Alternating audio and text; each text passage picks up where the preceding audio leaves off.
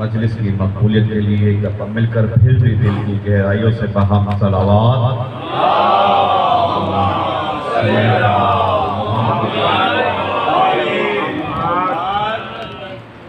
اعوذ باللہ من الشیطان الرجیم بسم اللہ الرحمن الرحیم وَبِهِ نَسْتَعِينُ وَهُوَ خَيْرُ الْمُعِينِ حَسْبِيَ اللَّهُ نِعْمَ الْمَوْلَى وَنِعْمَ النَّصِيرُ الصَّلَاةُ وَالسَّلَامُ وَالتَّحِيَّةُ وَالْإِكْرَامُ عَلَى مُحَمَّدٍ وَآلِهِ الطَّاهِرِينَ واللعنة على أعدائهم أجمعين أما بعد فقد قال الرحمن في القرآن بسم الله الرحمن الرحيم ويقول الذين كفروا لست مرسلا قل كفى بالله بيني وبينكم ومن عنده علم الكتاب صلوات اللهم صل على محمد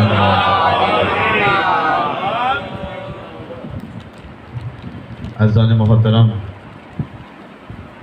قرآن اور اہل بیت کے حوالے سے یہ ہماری دوسری علمی نشست اور اس موضوع کے حوالے سے لب کشائی کرنے کے لیے جس آیت کو سرنامہ کلام کے طور پر تلاوت کرنے کا میں نے اور آپ نے سماعت فرمانے کا شرف حاصل کیا، اس میں خالق کائنات فرماتا ہے حبیب یہ کفار قریش، یہ جاہل افراد، یہ بے معرفت انسان، یہ کافر، یہ نادان آپ کو کہتے ہیں کہ آپ رسول نہیں ہیں۔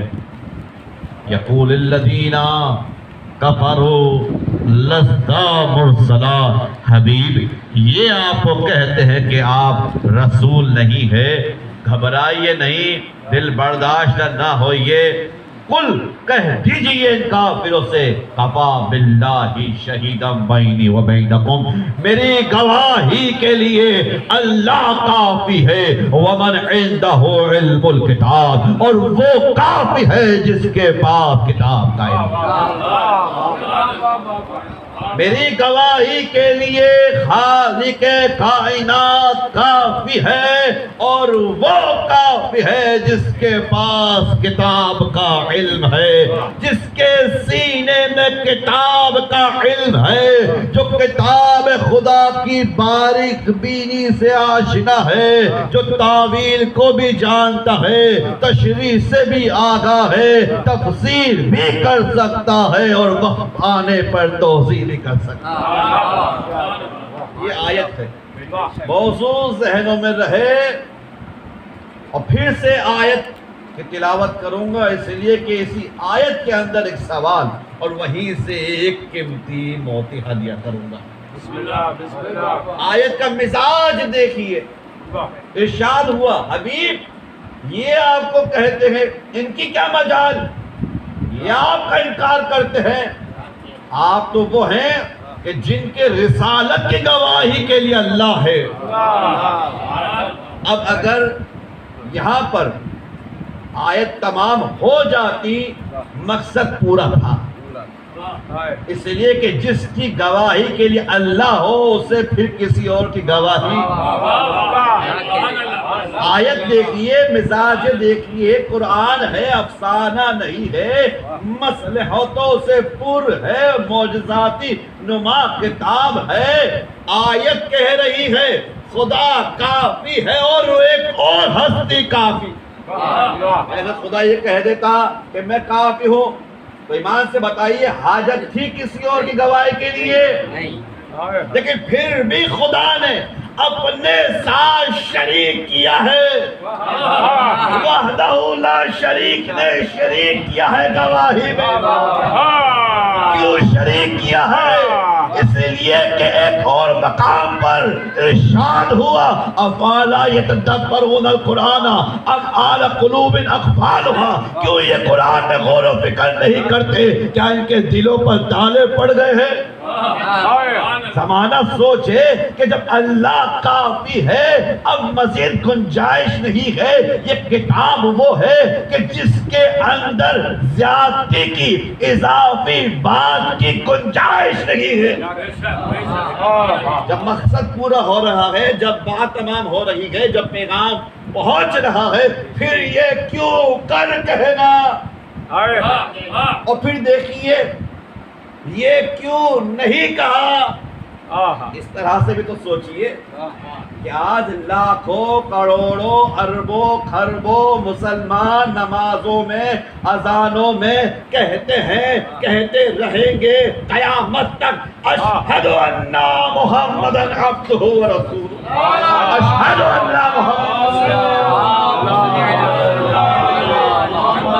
اشہد ان محمد رسول اللہ۔ میں گواہی دیتا ہوں، مسلمان گواہی دیتا آ رہا ہے، لیکن اللہ نے یہ نہیں کہا حبیب گھبرائیے نہیں، آپ کی گواہی کے لیے میں کافی ہوں، وہ کافی ہے اور مومنین کافی۔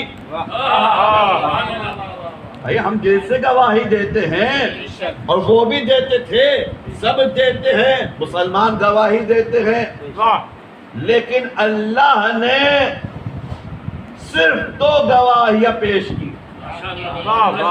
توجہ ہے؟ اللہ نے یہ نہیں کہا کہ وہ جو آپ کے ساتھ ہیں صدر اسلام سے، جنہوں نے آپ کے ساتھ پتھر کھائے، سختیاں برداشت کی، ہجرت کی، نہیں، حبیب آپ کی گواہی کے لیے اللہ کافی ہے، اور وہ جس کے پاس کتاب خدا کا علم ہے وہ کافی ہے۔ کیوں؟ اس لیے کہ اگر مسلمان کی گواہی کو بطور دلیل پیش کیا جاتا تو اشکال ہو سکتا تھا، دور آ سکتا تھا۔ کیوں؟ کیسے کہہ رہے ہو رسول، کیسے کہہ رہے ہو کہ نبی ہے، کیسے کہہ رہے ہو حجت ہو؟ بھئی یہی کہے گا مسلمان، کیونکہ رسول خدا نے کہا میں نبی ہوں۔ بھئی آپ کو کس نے کہا کہ سرور کائنات رسول ہے؟ جناب رسول خدا نے کہا، یہ تو دلیل نہیں ہوئی۔ تو فرق ہے اس کی گواہی میں کہ جس کے پاس کتاب خدا کا علم ہے، اور مسلمانوں کی گواہی میں، اس لیے کہ مسلمان گواہی دے گا یہ کہہ کر کہ رسول نے بتلایا تو میں گواہی دیتا ہوں، رسول نہ بتلاتے گواہی نہ دیتا۔ لیکن وہ جس کے پاس کتاب کا علم ہے، وہ علی ابن ابی طالب ہے، وہ گواہی اس لیے دے گا کہ نبوت مل رہی تھی، علی دیکھ رہے تھے۔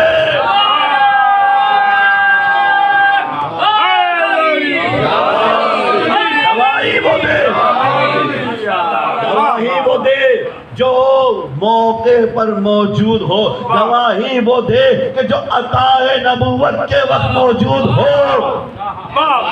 ابھی مسلمان اسی معاملے میں، اسی مسئلے میں پھنسے ہوئے ہیں کہ 40 سال بعد نبی بنے یا 40 سال سے پہلے نبی تھے۔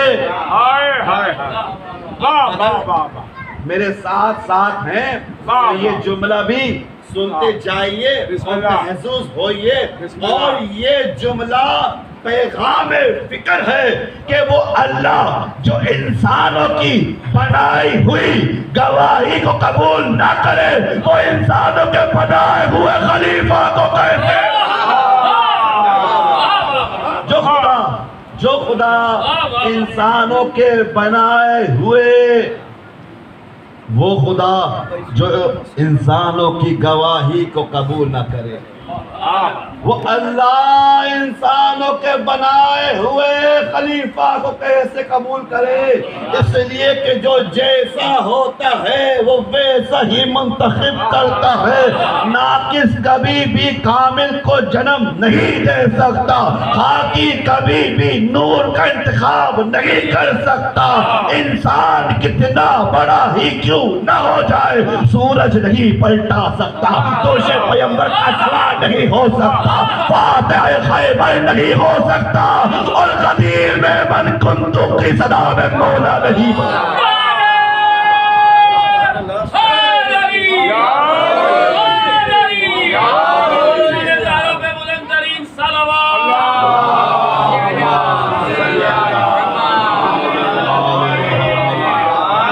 اس لیے کہ جو جیسا ہوتا ہے وہ ویسا ہی بناتا ہے، اس لیے کہ جو خدا کی طرف سے ہوگا وہ خدا کی مشیت کا مظہر ہوگا، وہ خدا کی چاہت کا عکاس ہوگا، وہ خدا کے دین کا محافظ ہوگا، اور وہ جو وہاں سے آئے گا وہ ایسا ہوگا کہ آگے بڑھ بڑھ کر حملہ کرنے والا ہوگا۔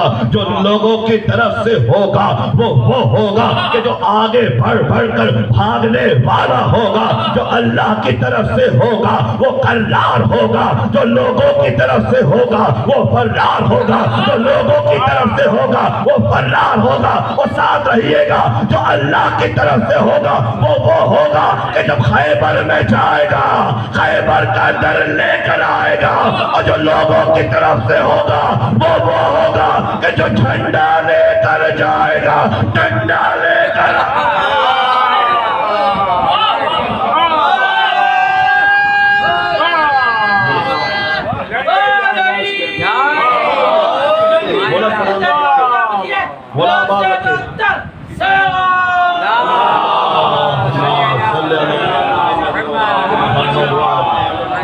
اللہ کی سماعت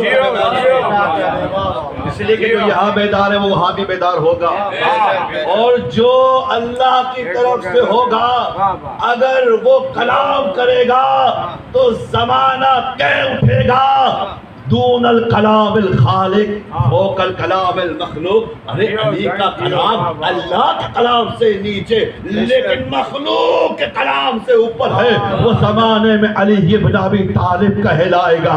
جو اللہ کی طرف سے ہوگا وہ اگر کم سن بھی ہوگا تو سید شباب اہل الجنہ کا خطاب پا کر زمانے میں حسنین کہلائے گا۔ جو اللہ کی طرف سے ہوگا وہ اگر زنجیروں اور ہتھکڑیوں میں گرفتار بھی ہوگا تو زمانے میں وہ صبح القدوس کرتا ہوا نظر آئے گا، اور سید سجاد کہلائے گا۔ جو اللہ کی طرف سے ہوگا وہ علم کی بقارت کو چاک کرتا ہوا زمانے میں باقر علوم کہلائے گا۔ جو اللہ کی طرف سے ہوگا وہ سچ کا پرچار کرتا ہوا زمانے میں صادق کہلائے گا۔ جو اللہ کی طرف سے ہوگا وہ غصے پر قابو پاتا ہوا زمانے میں کاظم کہلائے گا۔ جو اللہ کی طرف سے ہوگا وہ دشمن کی سختیوں پر بھی راضی رہ کر زمانے میں علی رضا کہلائے گا۔ جو اللہ کی طرف سے ہوگا وہ اپنوں کو بھی دے گا، وہ پرایوں کو بھی دے گا، وہ زمانے میں جواد کہلائے گا۔ جو اللہ کی طرف سے ہوگا وہ ہوگا جو ظلم کی نقاوت کو چاک کرتا ہوا زمانے میں علی نقی کہلائے گا۔ جو اللہ کی طرف سے ہوگا وہ الہی فوج رکھنے والا حسن عسکری ہوگا، اور جو اللہ کی طرف سے ہوگا وہ ہوگا کہ جب آئے گا تو دنیا کو دو انصاف سے بھر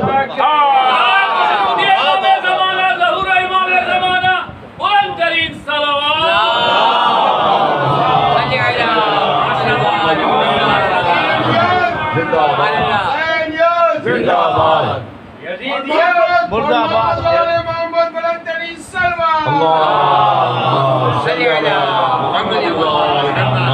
یزیدیت یزیدیت مرد آباد آواز بلند صلوات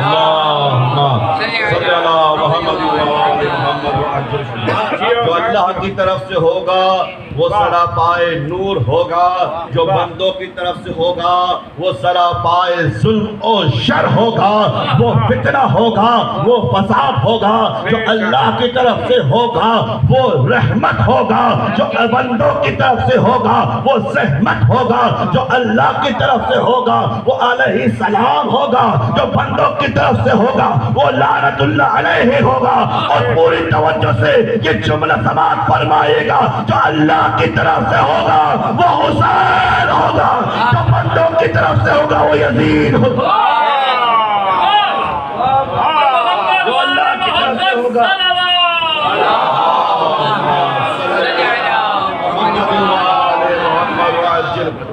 جو اللہ کی طرف سے ہوگا حسین ہوگا، وہ شباب اہل جنہ ہوگا، وہ سفینۃ النجاہ ہوگا، وہ مصباح الہدیٰ ہوگا، وہ امام ہوگا، وہ معصوم ہوگا، اور وہی خلیفہ رسول ہوگا۔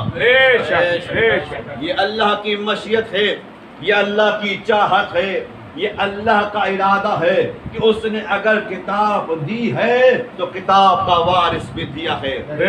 آیت کہ جس میں اللہ فرماتا ہے سورہ زمر کی بہت اختصار کے ساتھ کہ بسم اللہ الرحمن الرحیم، سورہ زمر آیت نمبر 9، اِنَّا نَحْنُ نَزَّلْنَا ذِکْرَ وَإِنَّا لَهُ لَحَافِظُونَ۔ خبردار تمہارا کام اتباع کرنا ہے، نمائندہ منتخب کرنا نہیں ہے۔ کیوں؟ اس لیے کہ اِنَّا نَحْنُ نَزَّلْنَا ذِکْرَ، ہم نے اس ذکر کو نازل کیا ہے، وَإِنَّا لَهُ لَحَافِظُونَ، اور اس ذکر کی حفاظت ہماری ذمہ داری۔ اس طرح سے ذمہ داری، اس طرح سے حفاظت۔ بہت اختصار کے ساتھ ایک واقعہ، اور واقعہ آپ کے اور میرے 11ویں امام اور عصمت بڑی کے 13ویں کا زمانہ ہے، اور متوکل عباسی، خدا اس پر لعنت کرے، بنو عباسیہ کا یزید ثانی کہا جاتا، اس لیے کہ اسی بدبخت نے اپنے دور ستم میں 2 مرتبہ روضہ مولا حسین کو مسمار کیا، خدا اس پر لعنت کرے۔ ایک دفعہ کسی نے ایسے فتوا ہوا گھوڑا دیا، جنگلی گھوڑا، کسی کو اپنے اوپر سوار نہ ہونے دے، اور جو کوئی سوار ہو اس کو گرا کر اپنی ٹانپوں سے زخمی کر دے۔ اب کسی بدبخت نے یہ مشورہ دیا، امیر ایسا کرتے ہیں کہ یہ گھوڑا 11ویں امام کو ہدیہ کر دیتے ہیں، اس لیے کہ لوگ آپ سے خفا ہے کہ حکومت امام مخالف ہے۔ جب لوگ دیکھیں گے کہ حکومت امام کو تحفہ دے رہی ہے تو وہ یہی کہیں گے کہ حکومت امام کی مخالفت نہیں کرتی، امام کو دوست رکھتی ہے۔ اور دوسرا مقصد یہ پورا ہوگا کہ چونکہ جنگلی بچا ہوا گھوڑا ہے، امام جیسے ہی سوار ہونا چاہیں گے کہ زمین کی زینت بنا دے گا، ٹاپوں سے رودنا شروع کرے گا، اور ایک مرتبہ ہم کہکوں کی صدا میں امام کے تقدس کو پامال کریں گے۔ لیکن وہی جسے اللہ رکھے اسے کون سکے۔ اب ہوا یہ کہ میدان سجایا گیا، میرے پاس الفاظ نہیں ہے کہ میں منظر کشی کر سکوں، آپ ذہن میں خاکہ تیار کیجئے کہ میدان ہے، تماشائی ہے، ظالم ہے، ظالم کے گرد وزراء ہے، اس انتظار میں کہ امام آئے اور ہم امام کی ہتک، ہم امام کے تقدس کو پامال کریں۔ اب وہ گھوڑا جو اپنے اوپر کسی کو سوار نہیں ہونے دے رہا تھا، اب جیسے ہی امام کو آتے دیکھا، اس سے پہلے کہ امام بڑھتے آگے بڑھ کر قدموں کا بوسہ لے کر زبان حال سے بتلا دیا، جو آ رہا ہے وہ اور ہے، جو تخت پر بیٹھا ہے وہ اور ہے، جو آ رہا ہے وہ اور ہے، جو تخت پر بیٹھا ہے وہ اور ہے. اور امام نے بھی ظالم کی آنکھوں میں آنکھ ڈال کر زمانے کو پیغام دے دیا اور گھوڑے کی لگام میں ہاتھ ڈال کر بتلا دیا کہ جو ایک بتکے ہوئے گھوڑے کو لگام نہ دے سکے، جس کی حکومت میں گھوڑا نہ آ سکے، جو ایک گھوڑے پر حکومت کرنے کی صلاحیت نہ رکھتا ہو، وہ کس طرح سے اتنی بڑی امت پر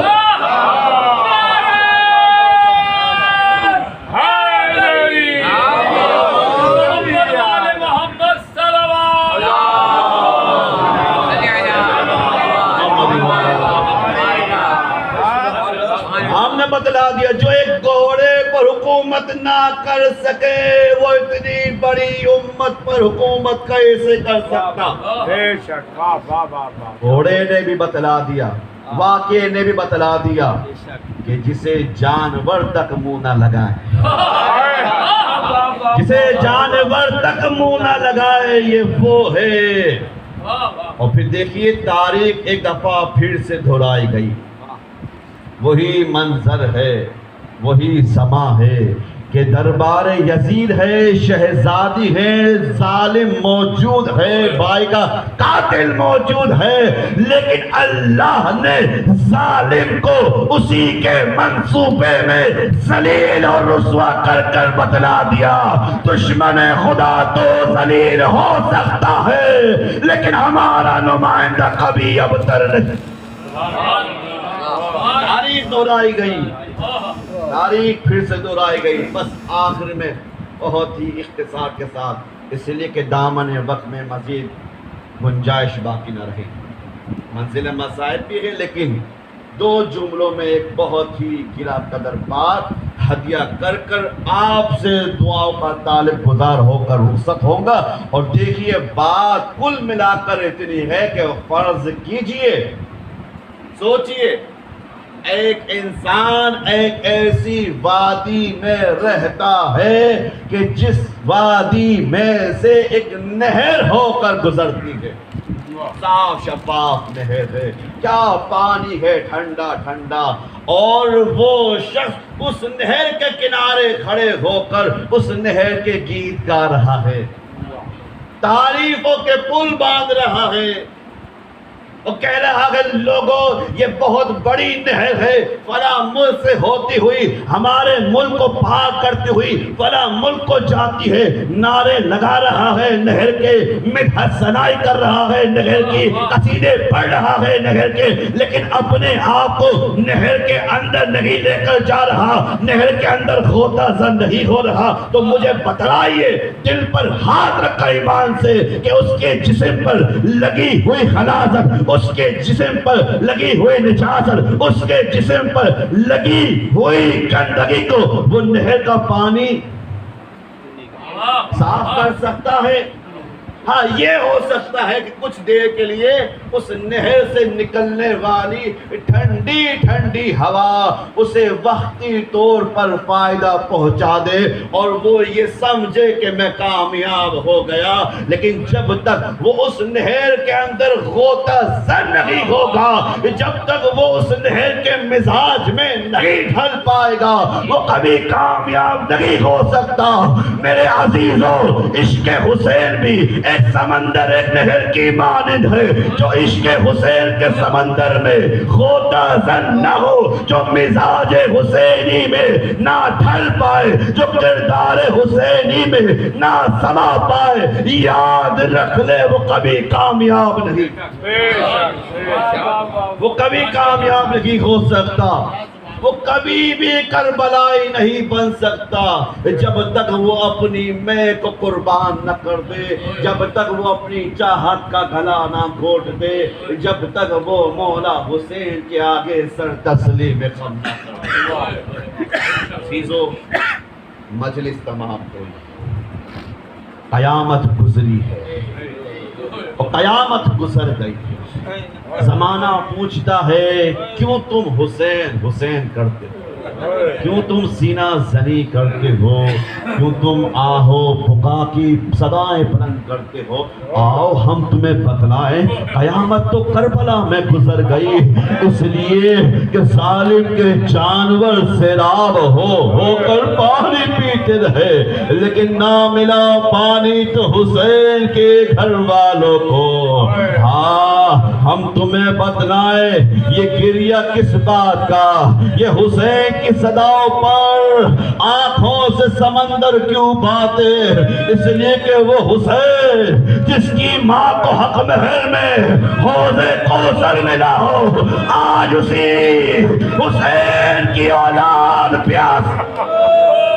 اجرکم اللہ، اجرکم الدہرا، اللہ کوئی غم نہ دے سوائے غم حسین کے۔